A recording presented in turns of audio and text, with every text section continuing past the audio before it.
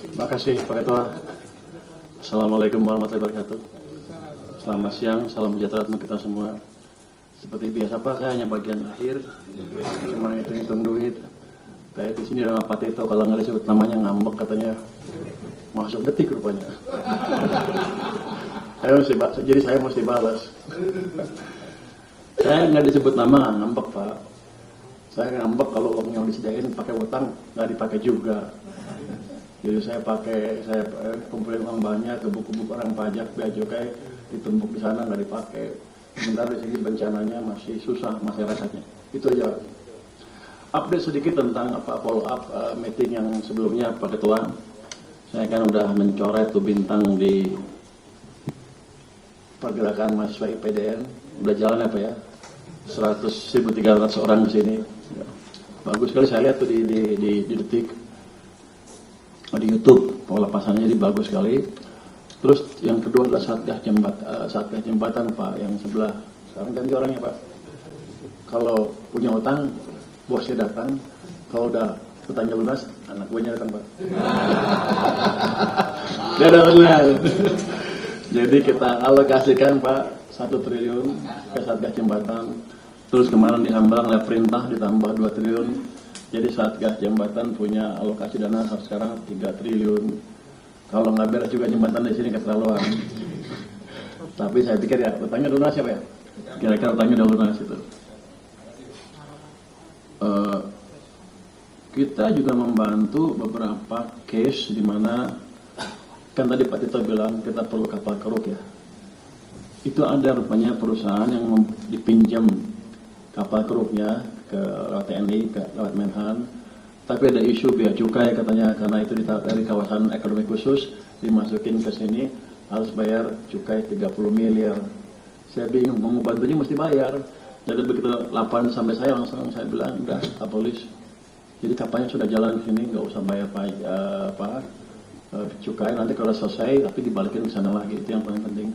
Jadi nanti kalau Pak Tito mau pinjam dari tempat-tempat lain yang sejenis yang ada kendala seperti itu harus bayar cukai segala macam, lapor ke kita langsung kita bypass dan ini kita pakai. Kan keterlaluan kalau orang mau bantu aja kita pajakin.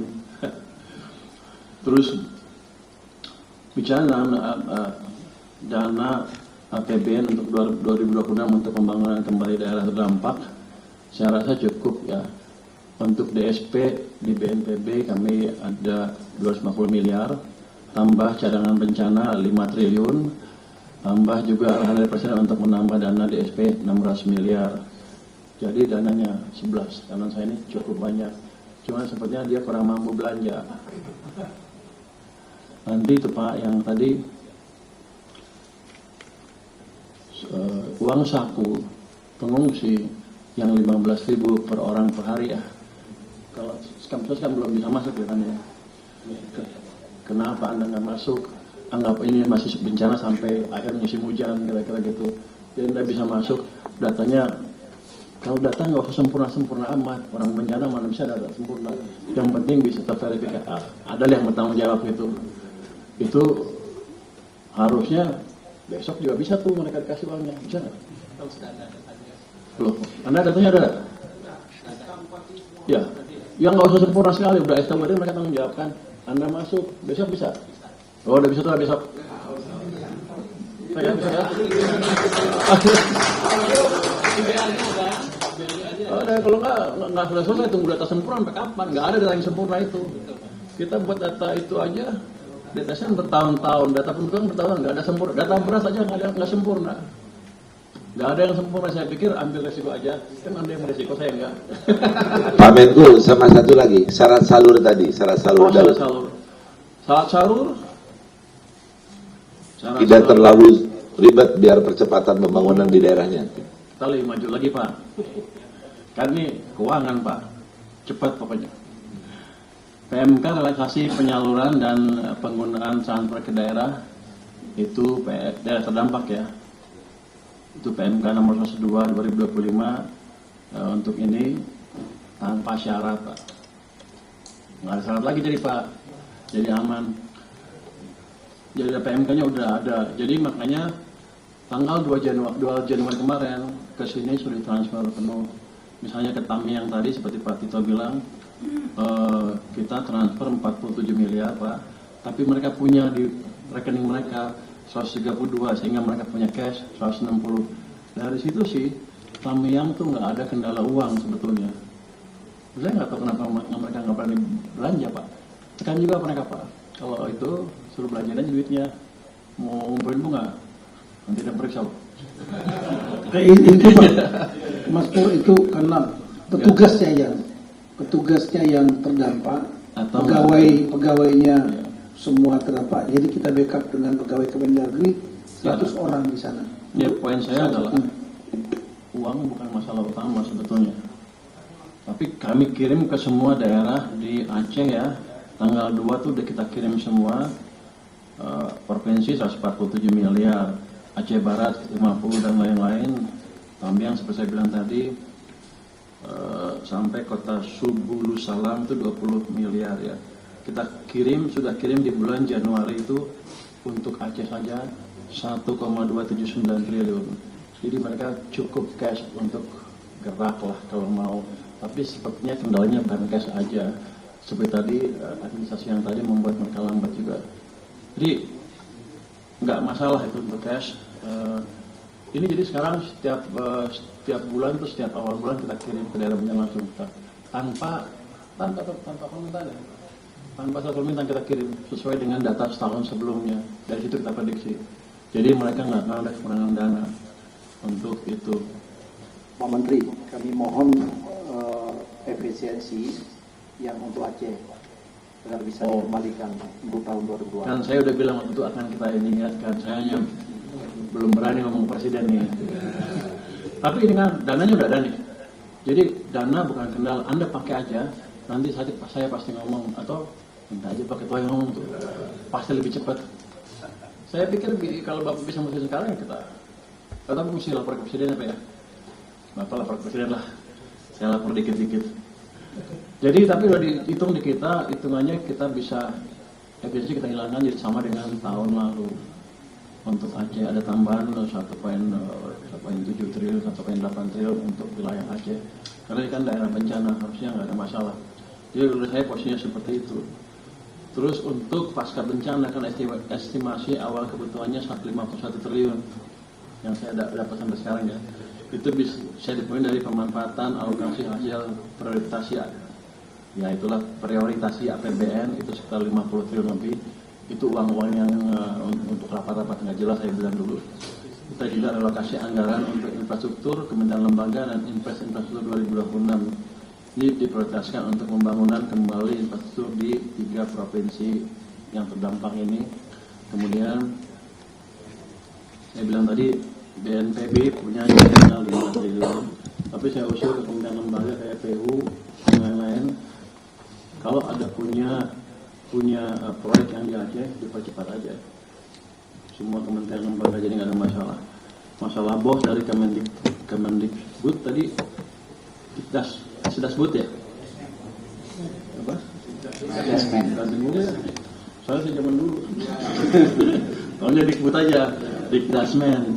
Bos itu pasti kita carikan setelah kita menerima permintaan dari Anda. Jadi Anda percepat permintaannya ke saya, langsung saya keluarkan itu bosnya. Jadi harusnya saya yang balik ke tanah tanya ke Anda. Untuk Aceh, tolong dipercepat supaya bisa saya keluarkan lebih cepat. Suratnya sudah dikirim Pak Menteri. Sudah dikirim suratnya. Kapan itu? Pak Dirjen. Kapan? Tanggal 7. Tanggal 7? Tanggal ya Pak? Oh, harusnya tanggal 31 Desember, tanggal 2 saya keluarin. Pak Menteri. Kalau gitu Anda boleh protes. Kalau sekarang masih baru Mas. Yang tadi yang diusulkan itu efisiensi yang transfer ke Aceh. TKD. Yang TKD. Ya. Jadi permohonan untuk Tidak dipotong seperti wilayah lain. Oke. Itu kan potongnya cukup besar. Anda kena berapa rata-rata? 30, 40%?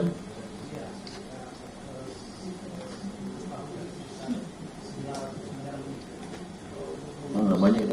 Jadi kita hitung akan ada tambahan sekitar 1,7. Harusnya sih nggak ada masalah. Boleh kan? Boleh. Ya. Ya.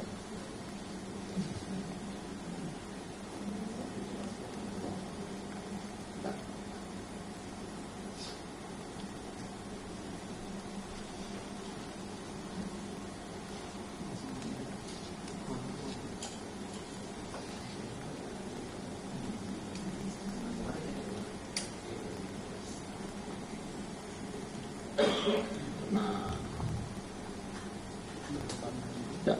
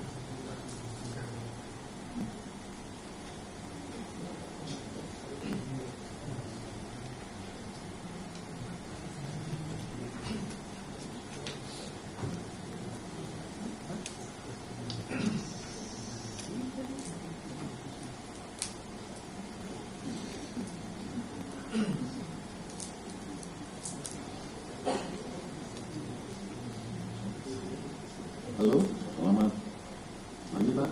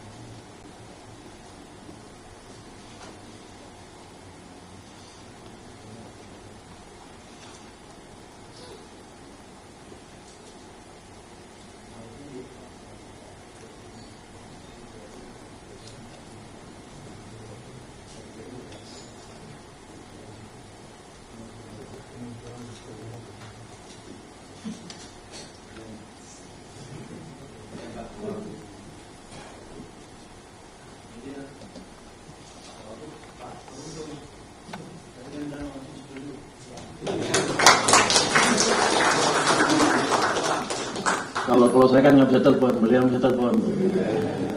Pak Ketua, saya nanya tadi, Bapak minta persetujuan sama pemerintah. Kayaknya minta persetujuan, jadi clear. Jadi untuk tahun ini anggaran Anda akan penuh seperti tahun lalu, nggak dipotong. Jadi dapat 1,7 kalau nggak salah. Ya? Iya. Dulu kan saya janji saya mau bicara, belum sempat kesana sini soalnya barusan Pak Ketua udah telepon dan Pak Presiden bilang setuju. Jadi aman Anda semuanya. Ini tidak lanjut rapat kemarin ya, yang saya lalai baru Pak Ketua yang menjalankan. Terima kasih Pak Ketua. Tapi udah kita hitung semuanya secara anggaran bisa, nggak ada masalah. Terus saya mungkin bicara sedikit Pak tentang ini. Kepres Satgas Percepatan Rehabilitasi. Ini saya cuma mau bacakan sedikit mekanismenya karena banyak yang bingung, saya juga bingung sebetulnya awalnya. Yang saya perlu bacakan di sini, mekanisme kerjanya adalah usulan dari masing-masing bidang disampaikan ketua bidang kepada ketua tim pelaksana. Nanti ketua tim pelaksana menyampaikan usulan kepada ketua tim pengarah untuk ditetapkan. Agak berkali-kali juga ya, tapi kayaknya begini prosedurnya ya. Terus anggaran pelaksanaan tugas Satgas diusulkan oleh ketua tim pelaksana dan pimpinan KL terkait kepada Menteri Keuangan sesuai ketentuan perundang-undangan. Terus segala pendanaan untuk pelaksanaan Kepres ini bersumber dari APBN dan sumber lain yang sah. Yang saya ingin bacakan lagi adalah prosedur penganggaran rehab rekon pada DIPA Kementerian Lembaga. Ini beda dengan penyanda ya, Anda belanja langsung aja. Yang tadi udah bisa ya. Pak, lagi. Sesuai Kepres nomor 1 2026 tentang Satuan Tugas Percepatan Rehabilitasi dan Rekonstruksi Pasca Bencana Alam di Provinsi Aceh, Provinsi Sumatera Utara, dan Provinsi Sumatera Barat, Kemenko PMK bertindak sebagai Ketua Tim Pengarah Satuan Tugas dan Mendagri sebagai Ketua Tim Pelaksana untuk harmonisasi program bagi kementerian lembaga yang akan menyalurkan bantuan. Yang kedua, berdasarkan program dan rencana kerja anggaran yang telah mendapat persetujuan Satgas, KL yang mendapatkan penugasan menyampaikan usulan anggaran kepada Menkyu. Jadi sana sini. Kemudian yang ketiga, pemenuhan anggaran dapat menggunakan RO khusus dan atau ABT dari BABUN. Ya. Pimpinan kementerian lembaga menerbitkan surat keputusan menteri atau pimpinan lembaga dan surat pernyataan tanggung jawab mutlak untuk menggunakan anggaran yang ada pada RO khusus. Yang kelima, dalam hal anggaran RO khusus tidak mencukupi, kementerian lembaga melakukan optimalisasi dari alokasi anggaran yang tersedia untuk melaksanakan kegiatan yang terkait dengan pemulihan pasca bencana di Sumatera. Yang keenam, terhadap hal anggaran KL tetap tidak mencukupi, pimpinan KL dapat mengajukan anggaran belanja tambahan kepada Menteri Keuangan. Jadi mungkin itu prosedur yang mesti diikuti oleh kementerian lembaga ke depannya supaya semuanya clear. Mungkin demikian update dari kami, Pak. Terima kasih. Wassalamualaikum warahmatullahi wabarakatuh. Terima kasih Pak Menkyu. Sekarang sudah semua ya, sudah menyampaikan, tinggal kita ambil kesimpulan rapat pada siang hari ini. Luar biasa, produktif sekali. Silakan, Prof. Izin Pak, izin Pak, klarifikasi Pak, untuk update. Ya, dari Kemen. Ya, izin Pak, Kemdikdasmen Pak, terkait dengan Mebler yang tadi Pak Tito sampaikan. Jadi minggu depan bos cair Mebler Pak langsung bisa digunakan. Minggu depan kami akan datang mengumpulkan semua dinas untuk verifikasi berapa kebutuhannya Pak. Nah, kemudian minggu kedua, Februari kita akan lakukan verbal, kita berikan bantuan Revit. Jadi Pak Tito kita siapkan. Oke. Ya, saya kira ini bagus sekali pimpinan. Jadi kan bos itu mekanismenya dari Kementerian Dikdasmen sama seperti Menteri Kesehatan langsung untuk BOK, Badan Bantuan Operasional Kesehatan itu langsung ke rumah sakit, nggak melalui Pemda, mohon maaf nih, ke Pemda. Jadi dari Dikdasmen langsung kepada sekolah. Tapi tolong lengkapi dengan petunjuk teknis kepada sekolah itu yang memberikan power pada mereka nggak ragu-ragu bahwa uang itu bisa digunakan untuk beli mebler, peralatan sekolah dan lain-lain, sehingga mereka bisa nggak ragu-ragu menggunakan itu. Terima kasih. Ya, sepatnya ya, juklak-juknya. Silakan, Prof. Baik, terima kasih. Sampailah kemudian kita pada kesimpulan rapat. Saya ucapkan terima kasih atas kehadiran Bapak-Bapak, Ibu-Ibu sekalian dalam rapat bersama pada hari ini. Dengan kesimpulan rapat sebagai berikut. 1. Bahwa pertanggal 10 Januari pemulihan pasca bencana Sumatera pelaksanaannya oleh Satgas Percepatan Rehabilitasi dan Rekonstruksi Pasca Bencana yang dibentuk oleh pemerintah dipimpin oleh Bapak Tito Karnavian, sehingga Satgas Pemulihan Bencana Pasca Bencana Sumatera DPR akan menjalankan fungsi legislatif di bidang anggaran, pengawasan, regulasi, dan koordinasi. Kemudian yang kedua, rehabilitasi dan rekonstruksi pasca bencana Sumatera yang dilakukan dengan skala nasional yang terintegrasi dengan seluruh kementerian dan lembaga yang tergabung dalam Satgas Percepatan Rehabilitasi dan Rekonstruksi Pasca Bencana Sumatera akan melakukan percepatan-percepatan yang dianggap perlu. 3. Satgas pemerintah dan Satgas DPR menargetkan sebelum puasa roda pemerintahan di seluruh daerah di Sumatera yang terdampak sudah dapat berjalan normal. Dan seluruh daerah terdampak telah tersentuh secara bertahap dan dapat dimaksimalkan agar dapat selesai tertanggulangi diusahakan sebelum Lebaran. Demikian kesimpulan rapat kita pada hari ini. Saya ucapkan terima kasih. Wabillahi taufiq wal hidayah. Wassalamualaikum warahmatullahi wabarakatuh.